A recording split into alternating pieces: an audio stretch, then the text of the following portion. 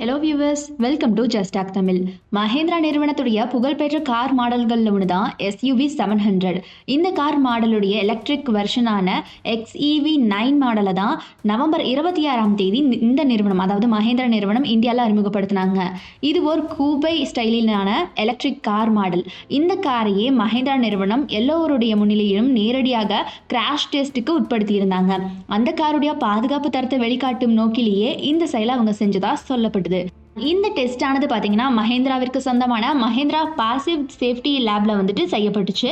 இது தமிழகத்திலேயே அமைஞ்சிருக்கு அப்படிங்கிறது தான் இதில் குறிப்பிடத்தக்க விஷயம்.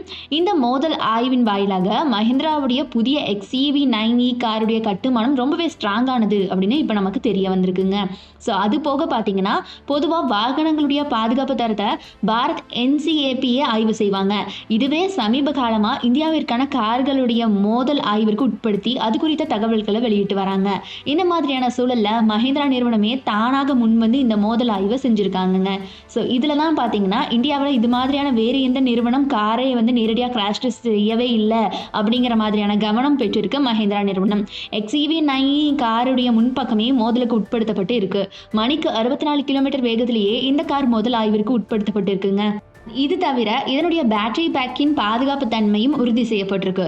இதனுடைய பேட்டரியின் பாதுகாப்பு தன்மையை உறுதிப்படுத்தும் விதமாக நிறுவனம் பல்வேறு விதமான ஆய்வுகளுக்கு உட்படுத்தியிருக்காங்க. ஆணியை அடிச்சும் தீயிட்டு கொளுத்தியும் அது போக நொறுக்கியும் அதை சோதிச்சு பார்த்துருக்காங்க. இதில் எதிலுமே அது ஆபத்தான சூழலில் ஏற்படுத்தவே இல்லை அப்படிங்கிறது தான் குறிப்பிட வேண்டிய விஷயம். அதனால் மஹேந்திரா XEV9e அதிக பாதுகாப்பான கார் அப்படின்னு சொல்லிட்டு எந்த சந்தேகத்திற்கும் இடமின்றி நமக்கு தெரிய வந்திருக்கு. மிக முக்கியமாக இந்த மோதல் ஆய்வின் போது காரில் இடம்பெற்றிருந்த எல்லா விதமான ஏர் பேக்குகளும் துல்லியமாக விரிந்து பாதுகாப்பு வளையத்தை உருவாக்கும் விதமாக செயல்பட்டிருக்குங்க. இதன் அடிப்படையிலேயே பயணிகளுக்கு பாதுகாப்பு வழங்குவதில் இந்த கார் தலை சிறந்ததாக இருக்கும் அப்படின்னு நமக்கு தெரிய வந்திருக்கு. மஹேந்திரா நிறுவனம் இந்த SUV ரக எலக்ட்ரிக் காருக்கு 21.90 லட்சம் விலையை நிர்ணயம் செஞ்சிருக்காங்க. இது வெறும் எக்ஸ்ஷோரூம் விலை மட்டுமேங்க. 24 லட்சத்தை நெருங்கும் அப்படின்னு சொல்லிட்டு எதிர்பார்க்கப்படுது.